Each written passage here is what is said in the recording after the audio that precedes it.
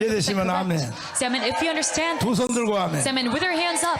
최고의 헌법학자 우리 김학성 교수님을 Of the 모시겠습니다.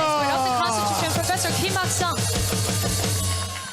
김학성 장로님, 한국의 최고의 헌법학자인데 오늘은 앞에 말은요, 정강훈 목사 사퇴에 가서 난 울었다. 그것만 또 살짝 얘기하고 그 다음에 헌법 얘기를 해달라고. 내가 빽 쓰는 거예요. 내가 어떻게 사는지를 여러분이 알아야 돼. 김학성요, 이거요 보통 인간 아닙니다. 한국의 헌법학자 1인자요.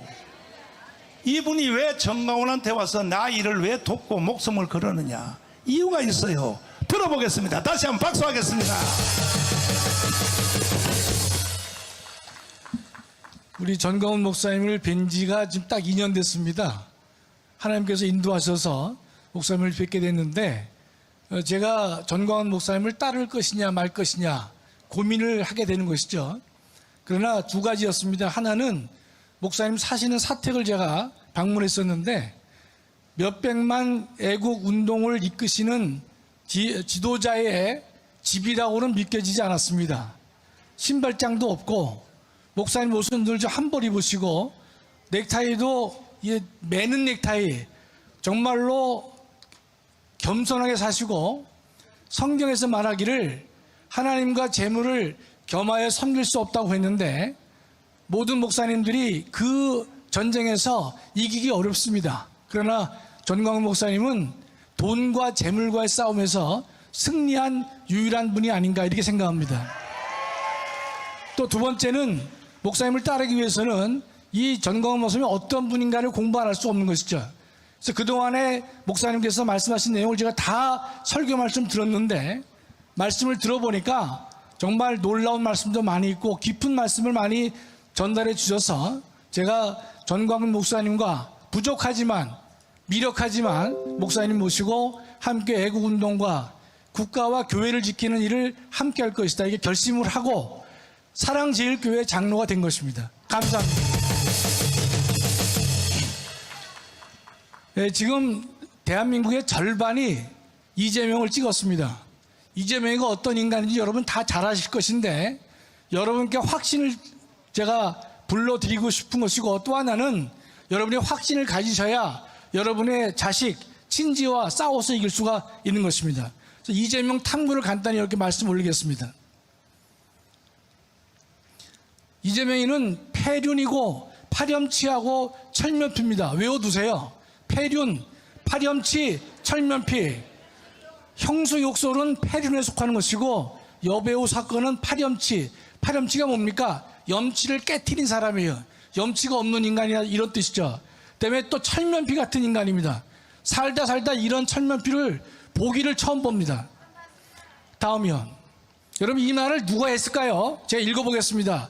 도둑 잡고 적폐 청산하는 게 정치 보복이라면 맨날 해도 된다. 나쁜 짓 하면 혼나고 죄 지으면 벌 받는 게 당연하다. 정치 보복이라며 책임 안 지려는 수법은 안 통한다. 누가 말한 것이죠? 이재명, 이 인간이 말한 겁니다. 이래놓고 자기한테 올 때는요, 정치 탄압이라고 말을 한 것입니다.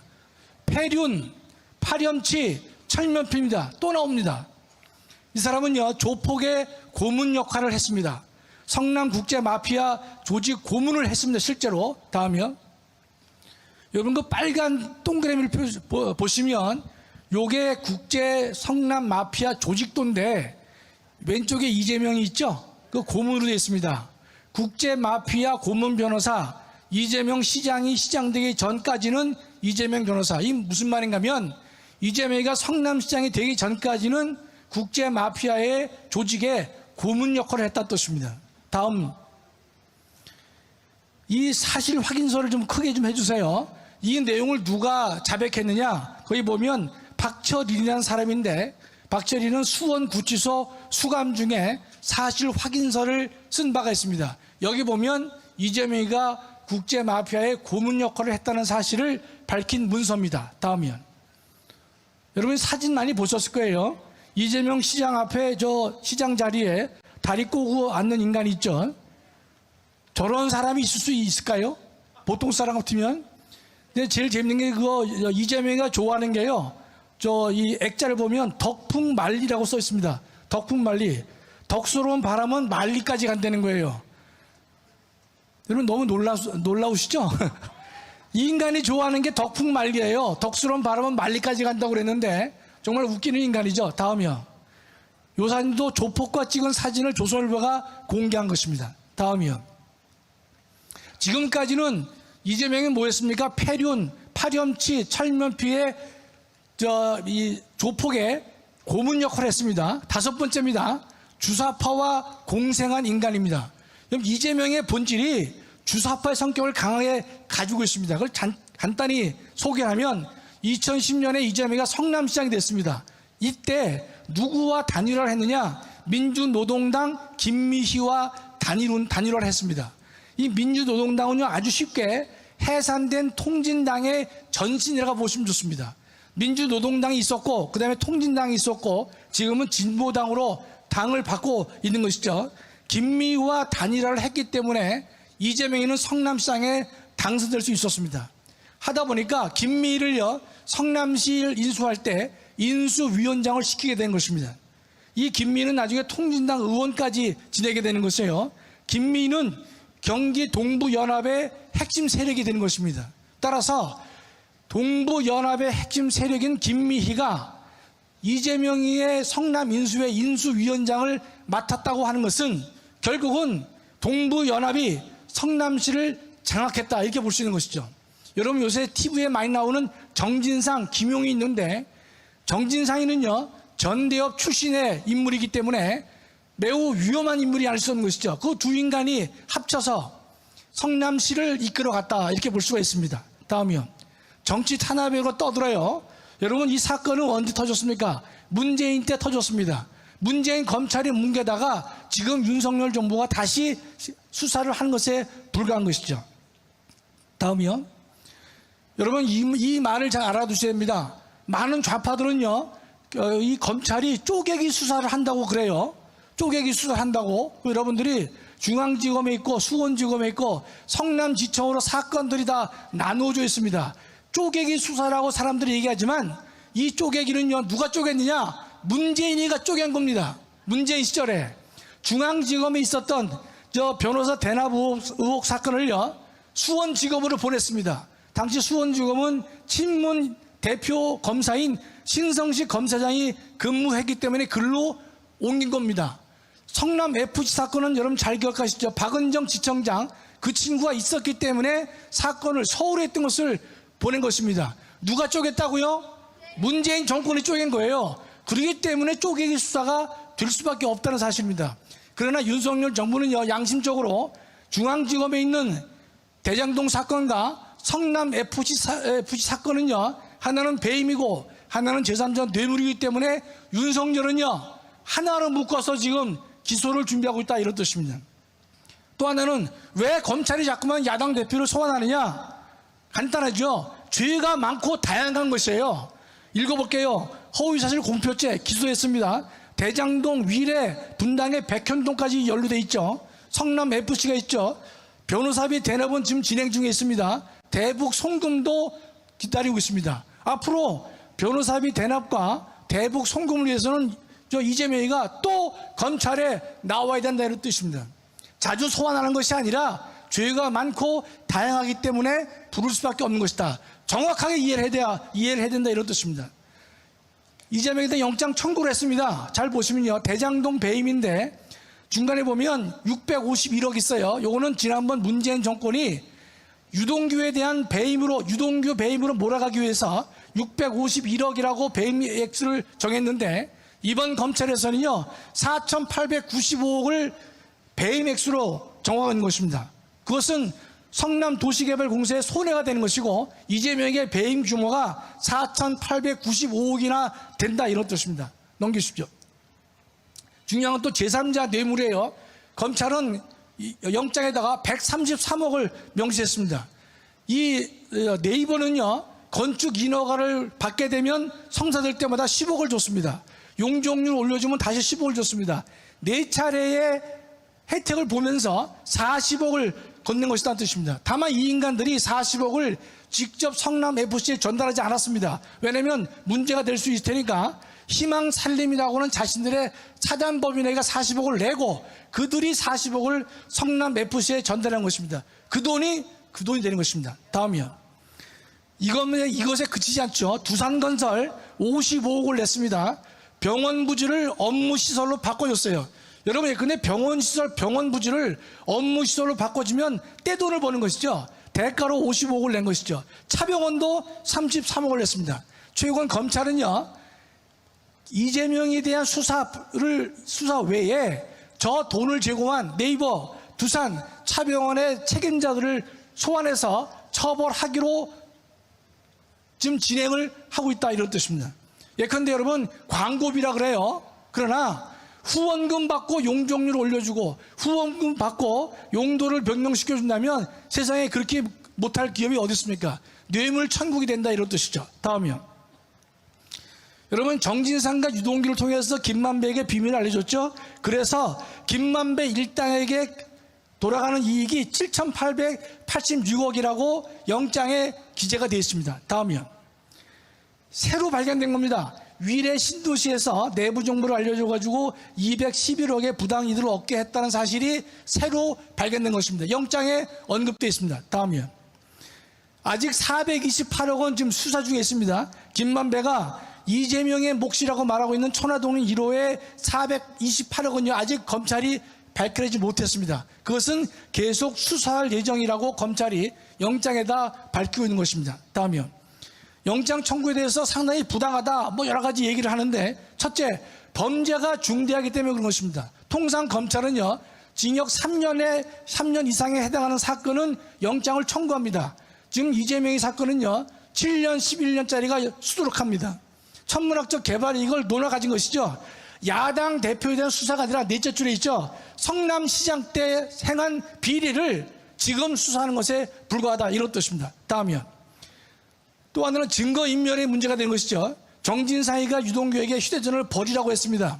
제가 얼마 전에 TV를 보니까 야당의 법률위원장, 검사장 출신의 법률위원장이 뭐라는가 하면요, 저게 정진상이가 유동규에게 휴대전화를 버리라고 한 게 이재명이가 한 건 아니지 않느냐, 이렇게 얘기를 해요.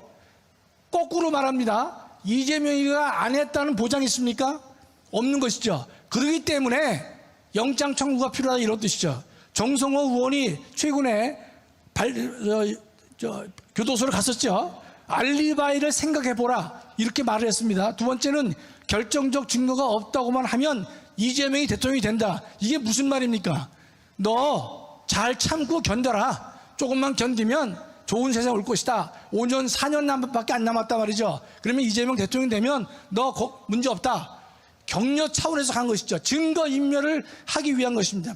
이 대목도 뭐라는가면, 아니 근데 이재명이가 저것을 시킨 바가 증거가 없지 않느냐. 누가 시켰대요? 안 시켰다는 증거 있습니까? 없지요. 그렇기 때문에 증거인멸을 방지하기 위해서 영장 청구를 하는 것이고, 검찰의 영장 청구는 매우 정당하다, 이 뜻입니다. 다음이요.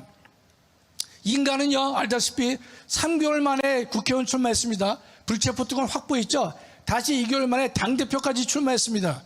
방탄에 올인한 인간이 이재명이고 민주당인 것입니다. 다음이요. 이재명 석사 논문이 있어요. 참 재밌는 거죠. 2005년도 이 인간이 가천대에서 석사 논문을 썼는데, 지방정치 부정부패의 극복 방안에 관한 연구를 한 걸 썼는데, 논문 내용은 상당히 재밌어요. 어떻게 했느냐? 지방정치가와 부당한 이익을 도모하는 자가 합작하는 것이 지방정치의 부정부패래. 그러면서 유형을 뭐라 하느냐? 허위사실 유포, 불법 정치자금 수수, 지역개발 인허가 관련 배임이나 횡령이다. 자기가 행한 것을 그대로 다 실현하에 옮기고 있습니다. 다음이요. 여러분, 지금 남아있는 게 대북사업이죠. 여러분 잘 기억해 두세요. 김성태가 지금 돌아왔습니다. 돌아왔는데 김성태는 개인 휴대폰이 없다 그래요. 옛날에 개인 휴대폰이 있다가 한번 형사처벌을 받은 예가 있어서 본인 휴대폰은 없답니다. 그러나 본인과 관련된 휴대폰이 6개가 되는데 이걸 수행비서가 갖고 다닙니다. 그런데 이번에 들어온 수행비서가 6대의 폰을 다 그대로 가져왔습니다. 결국은 검찰에 적극 협조하겠다는 뜻이겠죠? 그렇죠? 근데 김성태가 대북송금 500만 불, 대략 70억입니다. 이재명이가 북한에 가기 위해서 300만 불을 제공하겠다라고 한 것이죠. 여러분, 문재인과 노무현과 김대중이가 북한과의 교류를 했는데요. 이재명과 다른 점이 있습니다. 김대중, 노무현, 문재인은 자신의 치적을 만들기 위해서 북한을 방문하고 북한과의 교류를 했던 것이지만 이재명이는요, 자신의 대권 도전을 위해서 북한을 방문하고 업적을 쌓으려고 한 것이 다른 점이 되는 것입니다. 재밌는 것은 2018년에 문재인이가 평양을 방문할 때 이낙연과 최문수는 데리고 갔지만 이재명이를 데려가지 않았습니다. 왜 그랬냐면 이재명이는 반군에 속하기 때문에 데려가지 않았어요. 따라서 이재명이가 그 사건을 보고서 내가 스스로 노력해서 대북 사업을 따낼 것이다. 그래서 김성태를 이용해가지고 300만 불을 북한에 제공해서 대선 전에 북한을 방문하는 업적을 내서 남한에 있는 수많은 주사파와 종북 좌파들에게 사인을 주고 내가 인정을 받은 사람이다. 대권과도에 유리하게 하기 위해서 한 인간이 이재명이 되는 것입니다. 다음이요. 거의 다 됐습니다. 이 인간은요, 처음에는 정적제고라고 떠들어요. 다음 단계에서는 또 말을 바꿔서 야당 탄압이라고 그래요. 지금은 민주주의를 위협한다고 떠들고 있습니다. 참 저렇게 뻔뻔 철면피를 내가 살다가 보기를 처음 봅니다. 다음이요. 여러분, 지금 목사님께서 3월 1일 날 다 모이자고 부울경 모든 우리 애국 동지들에게 말씀하셨는데, 여러분 지금요 이 세상이 아주 복잡합니다. 여러분, 오케스트라가 연주하려면요 바이올린 뭐 여러 가지 악기가 많이 있지 않습니까? 그럴 때는 연주 전에 반드시 튜닝합니다. 튜닝, 첫음을 잡습니다. 첫음을. 제일 바이올리니스트가 나와서 누구한테 명령하느냐, 오보에게 음을 부르라 그래요. 그 음을 모든 악기에서 맞춥니다. 왜냐하면 오보에가 국제 표준음과 440Hz에 가장 근접하기 때문에 모든 이 오케스트라가 그런 일을 하고 있습니다. 그래서 뉴욕 필하모니, 런던 필, 베를린 필하모니 모두 440Hz를 표준 음고로 삼고 있습니다. 우리나라도 마찬가지입니다. 지금요 대한민국에 수많은 얘기가 많이 있습니다. 지금 대한민국에는 따라서 표준 음고 440Hz가 절실한 때가 바로 이때가 이때라고 저는 생각합니다. 여러분, 부울경 애국 동지들에게 묻겠습니다. 이 시대에 440Hz는 누구입니까? 잘 안 들려요. 누굽니까? 하나 더 묻습니다. 이 시대에 440Hz는 누가 되어 옳습니까? 마지막으로요. 여러분, 이스라엘 백성이 여리고성을 정복할 때 그들은, 이스라엘은 두 가지 무기가 있었습니다. 하나는 순종의 무기였고 또 다른 하나는 침묵이라는 무기를 가지고 여리고성을 무너뜨렸습니다. 440Hz가 우리에게 명령합니다. 3월 1일 다 나오자고 명령한다면 우리들은 순종과 침묵밖에 없습니다. 감사합니다.